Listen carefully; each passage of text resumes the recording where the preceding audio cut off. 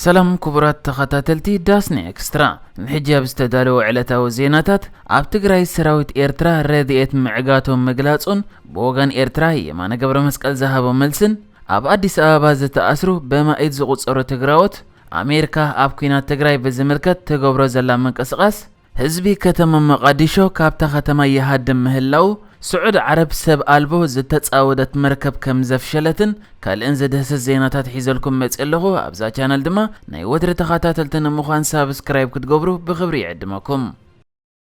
اب كل التግራይ ዝርከቡ ወታደራት ኤርትራ ነተናብ ህዝብ ዝል አኽረዲት እኽልን ኸይሐልፍኩም ዝኸልኮሉን ከምኡን ነትረዲት ከም ዝወሰዱን ፈረንሳዊት ማዕከን ዜና አጃንስ ፍራንስ ፕረስ ሓቢራ ማዕከን ዜና አጃንስ ፍራንስ ፕረስ በመሰረት ከም መንግስቲ ረኺበዮ ዝበለቶ ሰነድ ሰራዊት ኤርትራ ነረዲት ዝጻዕና መካይን ኸይሐልፋ ድሕሪ ምዕጋት እቲ ናብቲ ብውግእ ይሳቀ ዘሎ ህዝቢ ከበጽሕ ዝተላኸ ረዲት እኽሊ ድማ ይወስድዎ ኣለዎ ከተበልያ ረኺበዮ ኣለኹ ዝበለቶ ሰነድ ጠቂሳ ዜና ዘርጊሓ ዘላ ሚኒስተር ጉዳያት ወጻኢ አሜሪካ አንቶኒ ብሊንከን ተማልሶኒ ኣብ ትግራይ ሰብኣዊ ጥፍኣት አንጸላሊ ኣሎ ድሕሪ ምባል ህላወ ሰራዊት ኤርትራ ኣብ ትክልል ድማ ነተቀልውላው የጋድዶ ከም ዘሎ ተዛሪቡ ነይሩ መምሕዳር ቀዳማይ ሚኒስተር አብይ አሕመድ ዘቆሞ ጊዜያዊ መምሕዳር ትግራይ ነዚ ሰራዊት ኤርትራ ገይሮሞ ዝተባሃለ ነገር አመልኪቱ ናብ ትካላት ረድኤት ሓበሬታ ከም ዝሕለፈ ቀዳሕ ናይቲ እቲ ጊዜያዊ መምሕዳር መረረ ዘስማዓሉ ሰነድ ከዓ ኣብ ኢድ ማዕከን ዜና አጃንስ ፍራንስ ፕረስ ከም ዝኣተወ ተሓቢሩ እቲ በዛ ማዕከን ተረኺቡ ዘሎ ሰነድ ከም ዘነጽሮ ከዓ ወተሃደራት ኤርትራ ቅድሚ 4 መዓልቲ ኣብ ንቁታ ምዕድ ረድኤት ከም ዝኣተውን ሰራሕተኛታት ትካላት ረድኤት ምስራሓቁ ከዓ ነቲ ረድኤት ከም ዝወሰድዎን ተፈሊጡ ኣሎ ይዝብል እታ ማዕከን ወሲኻ እቶም ናይ ኤርትራ ወተሃደራት ከምኡ እንዳገበሩ ዝረኣዩ ገለ ሰራሕተኛታት ረድኤት ስለ ዝጓሃዩ ከሳብ መንባዕ ከም ዝበጽሑውን ተገሊጹሎ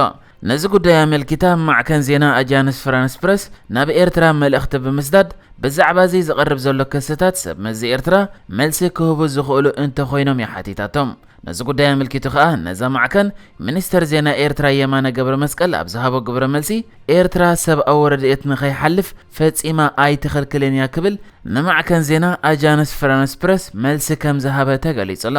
ኣብ ርእሲ እዚ ብማዕከን ዜና አጃንስ ፍራንስ ፕረስ ተዘርጊሑ ዘሎ ዜና ከዓ መራሒ ኮማንድ ፖስት ጊዜያዊ መምሕዳር ትግራይ ዝኾነ ጀነራል ዮሐንስ ገብረ መስቀል ብወገኑ ኣብዘን ዝሓለፋ ክልተ ሰሙናት ረድኤት ንኸይሓልፍ ናይ ምኽልካል ጸገም ኣጓኒፍና ኣሎ ብሕልፊ ሰራዊት ኤርትራ ኣብ ዝቆጻጸሮ መንገዲ ዓዲ ግራት ኣኽሱም ክብል እንከሎ ጊዜያዊ መምሕዳር ትግራይ ዶክተር ሙሉእ ነጋ ብወገኑ ሰባት ብሰንኪ ምዕጻው መንገድን ምብጻሕ ረድኤትን የማርሩ ከም ዘለው ሓበሬታ ከም ዝሃበያ ፈረንሳዊት ማዕከን ዜና አጃንስ ፍራንስ ፕረስ ሓቢራ ዘላ ኣብ ርእሰ ከተማ ኢትዮጵያ አዲስ አበባ ካብ ስዑድ ዓረብ ዝተመለሱ ዝርከብዎም በማኢት ኣሽሓት ዝቁጸሩ ተጋሩ ይእሰሩ ከም ዘለው ስድራ ገዳያትን ተሓለቕትን ከሲሶም እቶም ስድራ ገዳያትን ተሓለቕትን ማዕከናት ዜና ኣብ ዝሃብዎ ሓበሬታ ከዓ እቶም እሱራት ኣብ ርእሰ ከተማ ሃገር አዲስ አበባ ኣብ ከባቢ ጌላን ኮንዶሚኒየምን ሃና ማርያምን ኣብ ዝርከቡ ኣብያተ ማእሰርቲ ብምኽንያት ብሄሮም ከም ዝተኣሰሩ እዮም ገሊጾም እቶም እሱራት ከዓ መንእስያት ብዕድመ ዝደፍኡ ደቂ ኣንስትዮን ህፃናትን ከምኡውን ካብ ስዑድ ዓረብ ዝተመልሱ ከም ዝርከብዎም ተገሊጹሎ ሓላፊ ርክብ ህዝቢ ኮሚሽን ፖሊስ ከተማ አዲስ አበባ ኮማንደር ፋሲካው ፋንታው ኣብ ዝሃቦ መግለጺ ኣብ ከተማ አዲስ አበባ ተወለድቲ ትግራይ ከም ዝተኣስሩ ከረጋገጽ እንከሎ ምኽንያት መእሰሪኦም ግና ብመንነቶም ዘይኮነ ኣብ ትግራይ ይካየድ ኣብ ዘሎ ጎንፂ ብዝተሓዝ ግብረ ራዕዲ ክፍጽሙ ክንቀሳቐሱ ተጠርጢሮም ከም ዝኾነ ይሓቢሩ ካልእ ምሳብ ትግራይ ዘሎ ኩነታት ብዝተሓዝ ድማ ሕብራት መንግስታት አሜሪካ ነቲ 6 ኣዋርሕ ኣቁፂሩ ዘሎ ውግእ ናይ ትግራይ ደው ንኽተብሎ ብሓያል መልክዕ ትደፍእ ከም ዘላ ተገሊጹ ሰበስልጣን ሕብራት መንግስታት አሜሪካ መላፍንቲ ዝበሎም ወተሃደራት ኤርትራ ካብ ትግራይ ንኽወጹ ይጽውዑ ኣለዉ ከሳብ ሽዑ ግና መራሒ ኢትዮጵያ ቀዳማይ ሚኒስተር አብይ አሕመድ ነቲ እንዳሓደረ ዝገድድ ዘሎ ገህሰት ሰብኣዊ መሰላትን ኩነታት ሰብኣዊ ሓገዛትን ኣብ ትግራይ ደው ከብሎም እንቲ ጸቕጥ ንምግባር ሕብራት መንግስታት አሜሪካ ካብ ሰብኣዊ ሓገዛት ወጻኢ ንኢትዮጵያ ትልግሶም ደገፋት ኣቋሪጻቶ ክጸንሕ እያ ክብል ኣብ ሚኒስትር ጉዳያት ወጻኢ ሕብራት መንግስታት አሜሪካ ሓጋዚ ጉዳያት ኣፍሪቃ ዝኾነ ሮበርት ጎዴክ ሓቢሩሎ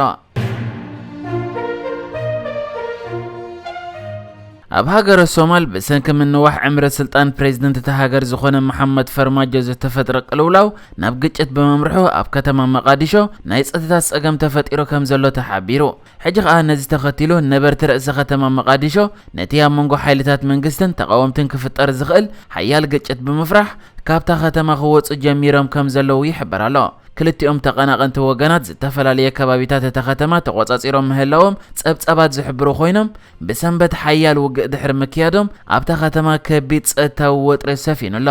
እቲ ጎንፂ ዝሓለፈ ሰንበት ኣብ መንጎን ፕሬዝደንት መሐመድ ዓብዱላሂ ፈርማጆ ዝድግፉን ዝቃወሙን ሓይልታት ክውላዕ እንከሎ እቶም ተቃወምቲ ሓይልታት ከዓ ካብ ቤተ መንግስቲ ተሃገር ከባቢ ፍርቂ ኪሎሜትር ርሒቑ ዝርከብ ቀንዲ መንገዲ ተቆጻጺሮም ከም ዘለዉ ተሓቢሩ ተቐማጦ ርእሰ ከተማ ሶማል መቃዲሾ ከዓ ካብቲ እቲ ኩናት ዝካየደሉ ዘሎ ከባቢታት ክሃድሙ እንከለዉ ገለ ኣብያተ ትምህርትን ዩኒቨርሲታትን እውን ተዓጽዮም ከም ዘለዉ ተሓቢሩ برحق كتقوصا زرات تخلي يعناو تفنجارز تتصاودلا سب ألبو مركب أب قيح بحر اتركب حان تكفلطات ودبات سعود عرب زخونت ودب ينبع علامة غيرا كم زمت اتقاليصو وهبك السراوي السعودية قاليصو كم زلخا اتان ودب ينبع كتتقع زمت سب ألبو تفنجارز صعانت مركب هاريمنا يا آلنا بمبال زخونة توسخ حبريتا كيهابه نتنا يمتقعت فتنا كم زفشولي قاليصو كم زفلت سعود عرب اب يمن انصار حوتي زبال سفيح كباب يمن تقوصاصير زلو بإيران دقف زلو عطق جله اب قلع كينات زلا خوينا اتم حوتي زبالو عطقات كا حنساب سب ألبو نفرتي حنساب دما سب ألبو اشت مراخب بمقبر نسعود عرب علامة كغبريم زفتنو إذا خمزيلن كل دما وراس عرات سعود عرب زخونه محمد بن سلمان هاغورو مس إيران صبغ زخونه زمدنا كهلوا دليتاتا كم زخونه تزاريبو اتو وراس عرات زي كم قدم حجي بفوكس زخونه قالات إيران ملكيتو تزاريبو زلو خوينو ኣብቲ ዝረቡ ኸኣ ኢራን ከም ኣብ ዞብኦም እትርከብ ጎረቤት ሃገር ስዑድያ ምስኣ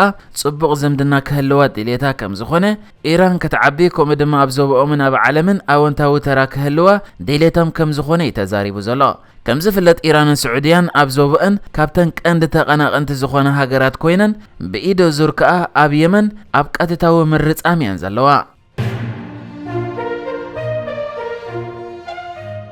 ኣብ ግሪክ ኣብ ዝሓለፈ ቀረበ እዋን ዝተኣገደ ጎልደን ዳውን ዝበሃል مسرعت نازي تداناغاص زخونه رحوق يماناوي كنف بوليتيكا زختل سلفي بوزحات كاب ابالاتو ببيت فرد غريخ كسب 13 عامات دحر مفرادهم ابالهم كوينو ابنا اوروبا بارلاما زصنحه يونائيل لاغوس زبحال بوليتيكانيا ببارلاما حبرت اوروبا زنبرو بيانه دحر ملعلو بابالات صتا بلجيم اب تحت قيد اتيو كمزلون ناب غريخ تسغوغنا بيت مأسرت كاتو كم زخل دما تغليصلو ازي مسرعت نازي زداناغاص اب غريخ غبنيا تباهيلو ن13 عامات زتفرد بوليتيكانيا مستي تداناغاص سرعت نازي زخونه سلفو ناي غبن غجلتات مسريتو كم زنبره كاب حق وصايون نطفتات كم زكايدن يتغليصو ازي مسرعت نازي ناي هتلر زداناغاص جولدن داون زبحال سلفي اب غريخ حدا كابتوم قند صلاات سدتنياتات بفلاي كا اب لعل تختلت مسلمنا لعل زخونه تقاوم زنبره اب غزيو سالساي زعبي سلف غريخ زنبره خوينو ابز اوان كا تقليل تاغيدو بزحات لعلوت ابالاتو غبننياتات تباهيلهم اب تحت قيديوم اتيوم زلو نحجز تدالو الزيناتات ازينيرو بكالك سب نرغب سلام نعخم